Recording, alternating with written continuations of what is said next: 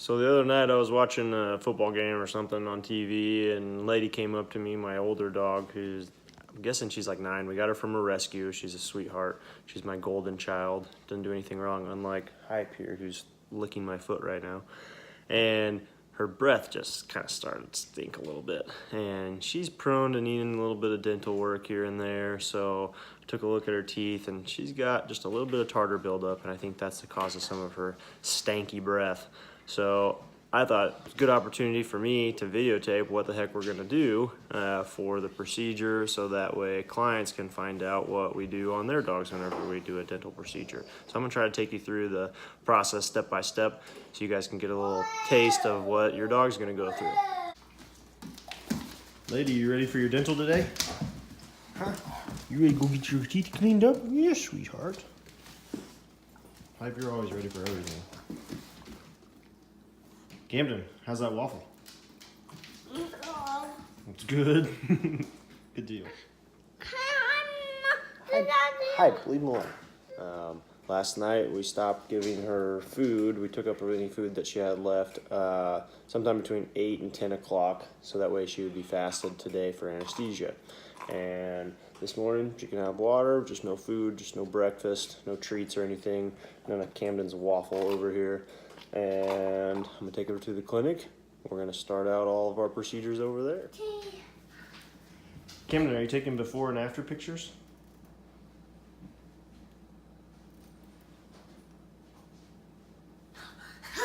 Good job. Go take one lady for me. Tell lady to smile. So to kind of talk you through how this works, what usually happens is someone will say, oh man, my dog's breath's kind of stinky during their physical exam. Or maybe during their annual physical exam, your vet looks into their mouth and tells you, oh hey, they have some tartar buildup on their teeth, or dental calculus, or maybe some gingivitis. They'll say one of those type of things. If that happens, well, most of the time we're going to recommend them getting what's called a dental prophylaxis or dental cleaning, okay? What we're doing for that is we are trying to clean the teeth off and polish them just like the dentist does for you during your dental cleanings every 6 months, except for dogs, we're usually not as good about doing it that often. For dogs, we base it on how bad they look and how often they need it. For instance, lady back here, she's going on about 2 years since her last one, but there was a couple times where I had to do it a little bit more often than that, about every year and a half. And some dogs might only need 2 their entire life. It really just depends on genetics, diet, what they like to chew on. If you're really amazing and you like to brush your dog's teeth, those factors are going to play a big role in it. To be honest with you, I'm not very good about brushing my dog's teeth. I got 2 kids that's hard enough to brush their teeth, and then I end up usually throwing them a nice dental chew, like a good something for them to sink their teeth into that's approved by me, not just some Walmart great for teeth type chew, but a real vet grade dental chew. And that helps out a lot. Before I did that, lady needed her teeth done a lot more often. Now, for her specifically, she's probably around 9 years old based on our guesses and how long we've had her for. She is healthy, gets around just fine, breathes normal, heart and lungs sound great, no health issues that I've found at all. So today what I'm going to do is I'm going to run some blood work to make sure that her liver, her kidneys, all of her electrolytes, all of her white blood cells, red blood cells, basically everything inside her blood system looks normal before we go ahead and give her this procedure. The reason we do that is to see if they can handle anesthesia safely and see if there's any red flags to anything. So this kind of is going to double as what we call a senior screening as well, which will check out and make sure that she doesn't have any underlying issues that haven't popped up as full-blown clinical signs yet, which is great because if she does have some things brewing underneath the surface of her skin, I can find them and I can change some things about her day-to-day life to make it easier on her and to prevent some big things from happening down the road. She'll need to have an IV probably just for safety, okay? Not something that we require on every dog, but something that I really recommend strongly on every dog. The reason is If you're going under anesthesia as a human, do you think they're going to let you do that without an IV? No way. They want an IV into that vein. They want to have fluids going, and they want access in case they need to give any life-saving drugs or anything to help you manage your anesthesia easier. Really, it just makes the job of the surgeon or anesthetist a lot easier.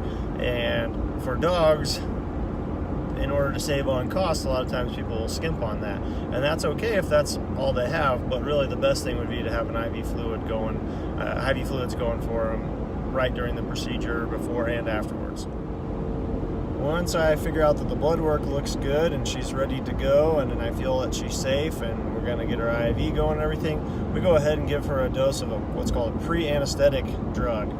It's a medicine that's going to make her a little bit sleepy and groggy, also help with pain just ever so slightly, so that way the rest of anesthesia can go smoother. After she's good and groggy and getting kind of sleepy, we'll give her a induction agent, which is going to put her fully under.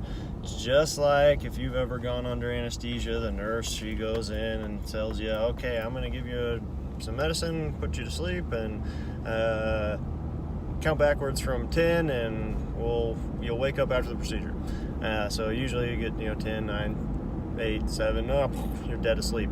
That's what these dogs are going to do. They're the same thing. They're just going to go to sleep really quick, and then we're going to intubate them, which means put a tube directly into their trachea, so that way we have a perfect airway that's open. We can administer straight oxygen and a safe anesthetic gas called isoflurane that helps keep them sleeping peacefully while we do the procedure.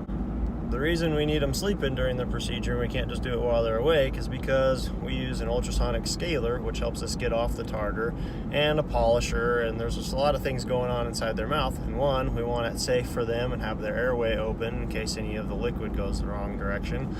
And two, I don't know any dog, even Lady, who's my golden child that never does anything wrong, even on her, she's not going to hold perfectly still for me messing inside her mouth that much. So when we get to the clinic, I'll start on getting those procedures all done, and I'll try to show you some of them as we do them, as long as we don't get in too big of a hurry. So I got some blood off of Lady. We're ready to run this little test and see how she's looking health-wise before we get her started.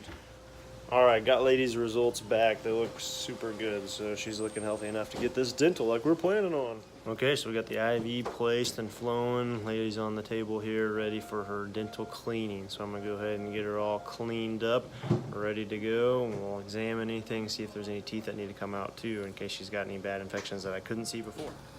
So what we'll do is we'll kind of examine along all these gums along here, see if she's got any problems. I already started cleaning a little bit, but we'll basically make an assessment of what teeth, if any, need examined more fully with the probe. But we're basically going to go through, clean everything up, polish everything first, and then we'll examine any of our problems. But so far so good. She's had routine dental, so this should be pretty easy and painless.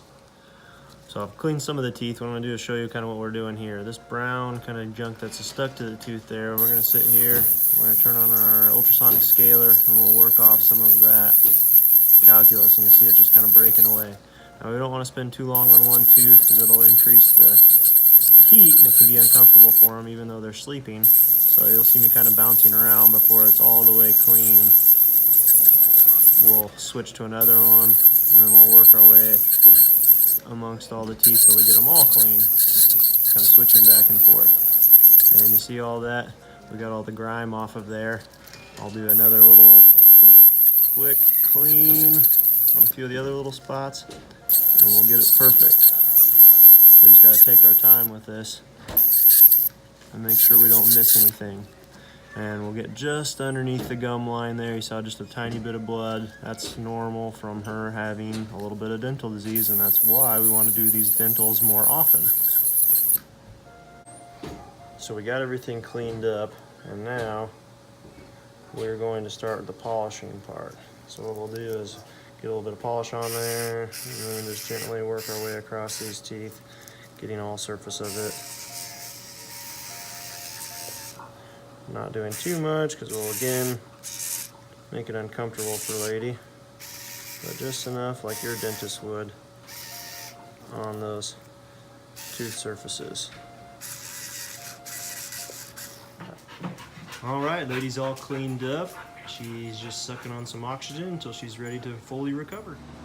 All right, lady's fully awake, completely recovered, and I'm taking her outside for a little tinkle. Oh, lady girl, it's nice out here today, isn't it?